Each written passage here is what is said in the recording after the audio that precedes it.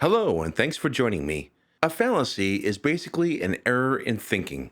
There are, very broadly speaking, two types of fallacies, formal and informal. A formal fallacy is an error in the structure of an argument, such that the conclusion of the argument wouldn't follow from the premises even if the premises were true. An informal fallacy is an error in the content of an argument, rather than the structure. These often have to do with language and intuition. We'll tackle some formal fallacies first, then some informal fallacies. For each fallacy, I'll give at least two examples, an example which we might encounter in everyday life, and an example which we might encounter in apologetics. Denying the antecedent. This is one of the most common formal fallacies. A conditional statement has two parts, antecedent and consequent. We usually think of them as if and then. For example, if it is raining, then the sidewalk is wet.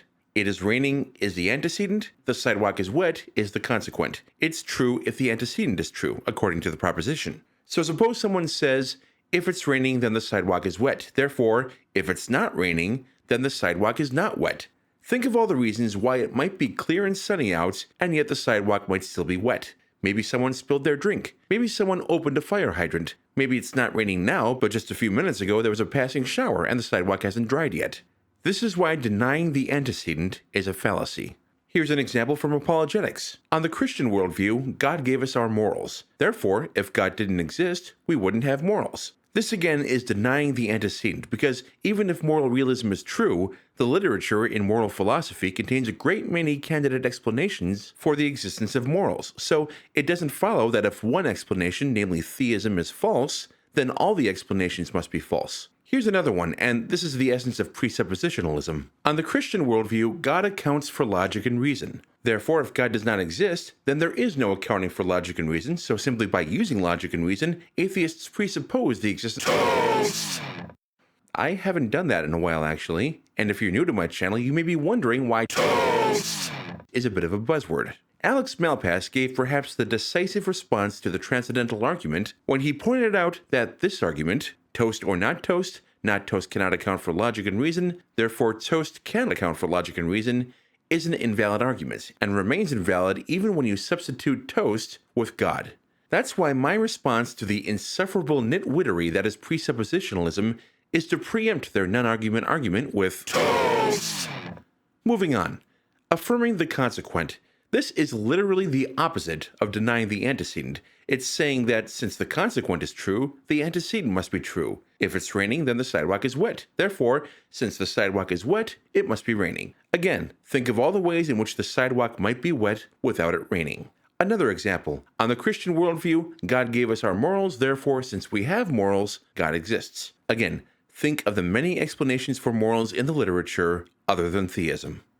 Non sequitur. This is where the conclusion simply does not follow from the premises, in the sense that the premises cannot be manipulated with any logical rules so as to produce the conclusion. Technically, all formal fallacies are non sequiturs. They're all cases where the conclusion doesn't follow from the premises. Fallacies like affirming the consequent are special cases of non sequitur. When we say it's a non sequitur, often it's because we don't have a more specific term to describe why the conclusion doesn't follow. Rather, it just plain doesn't.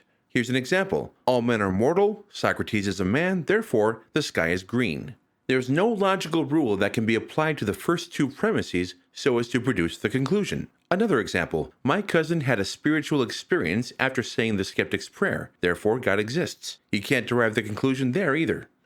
The fallacy. Yes, this is actually a thing. It's the fallacy that just because a given argument for a conclusion is fallacious, the conclusion itself must be false. For example, pointing to Muhammad Ali's fight with Joe Frazier, one of only 5 fights Ali ever lost. I'll be pecking and a poking, pouring water on his smoking. Then this might shock and amaze you, but I will destroy Joe Frazier. Pointing to that fight alone obviously does not establish that Muhammad Ali is the greatest of all time. Therefore, is Muhammad Ali not the greatest of all time? Just try that one on any boxing fan. Another example, because the scope of omnipotence is limited to logically possible states of affairs, the stone paradox, can God make a stone so heavy he can't lift it, does not prove that an omnipotent God is impossible. Therefore, does God exist? Hey, let's talk about the argument from evil, the argument from non-belief, the argument from religious confusion, the argument from scale, and so on. We'll do one more formal fallacy, the fallacy of equivocation. This is where a term in a syllogism is used in 2 different ways, so as to produce 4 terms in the syllogism rather than the requisite 3. For example, nothing is better than heaven, a ham sandwich is better than nothing, therefore a ham sandwich is better than heaven. The term nothing is used in two different ways. In the first premise, it means there is nothing in the universe, and in the second, it means the condition of having nothing else to eat. Another example, whatever begins to exist has a cause, the universe began to exist, therefore the universe has a cause. In theory, the word begin has a consistent meaning in this argument, but if you look at the way it's used in practice, and specifically at the arguments used to defend each premise, there's a definite equivocation. In the first premise, begins means that there was a time when it didn't exist, and then there was a time when it did exist, which is how we get the image of there being nothing and then there being something without a cause, and isn't that ridiculous, so the premise must be true. But in the second premise, to begin simply means to have a finite past duration. It takes a keen mind to see the fallacy of equivocation in such a well-known argument as the Kalam, and it's not always committed. Sometimes the apologist will commit to and actually use a consistent definition for both premises. But when they do so, the argument for at least one of the premises becomes conspicuously weak. The intuitive strength of the Kalam depends very much on equivocation. Now we'll discuss a few informal fallacies.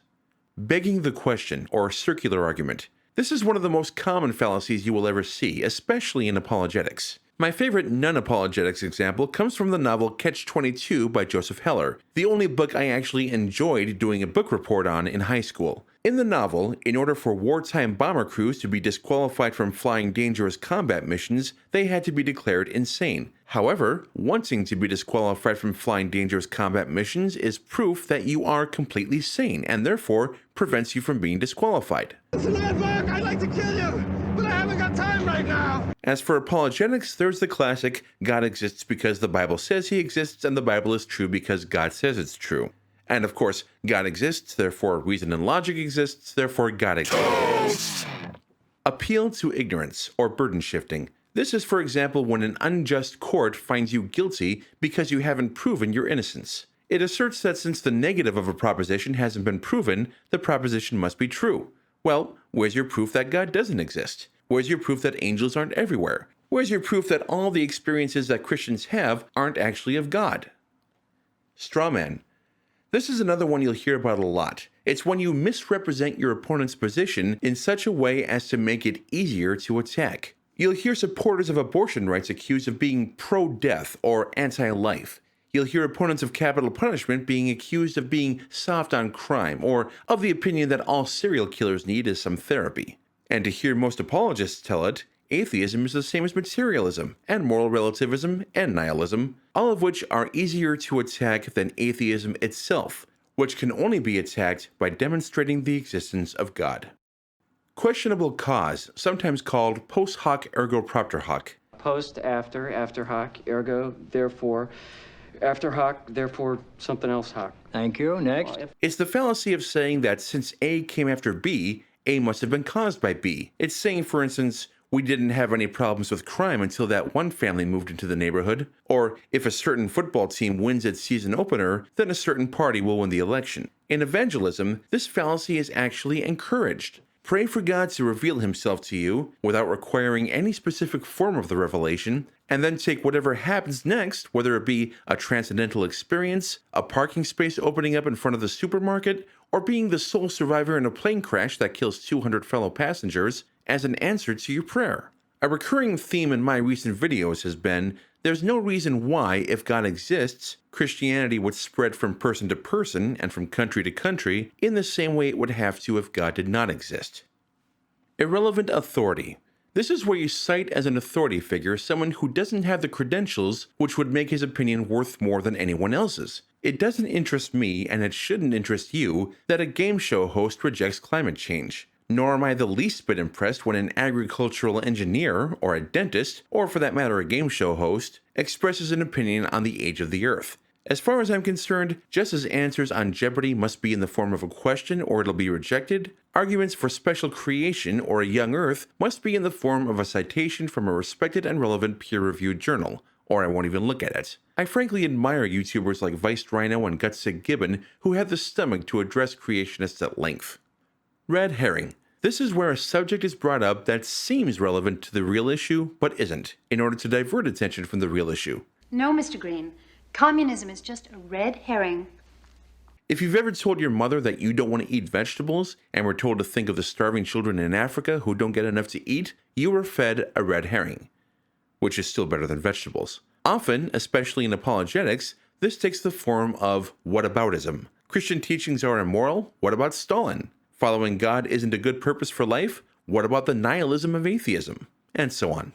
We'll do one more fallacy, and this one bothers me the most because it's the most often incorrectly identified: ad hominem. It's a fallacy to call an argument invalid because of the character or actions of the person making the argument. We shouldn't accept Noam Chomsky's theory of language development because he's a radical liberal. We shouldn't accept the theory of relativity because Einstein had an illegitimate daughter. But here's the thing. The ad hominem fallacy is not the same thing as a personal attack. If I say that an apologist's arguments are wrong because he's a person of bad character, that's an ad hominem fallacy. If I say that an apologist's arguments are wrong and he's a person of bad character, that's two separate points, neither of which are necessarily fallacious. Sometimes it's easy to read a personal attack as a response to an argument. Sometimes the person making the attack intends that you do so, either because it's easier than making an actual response or because they don't have a response.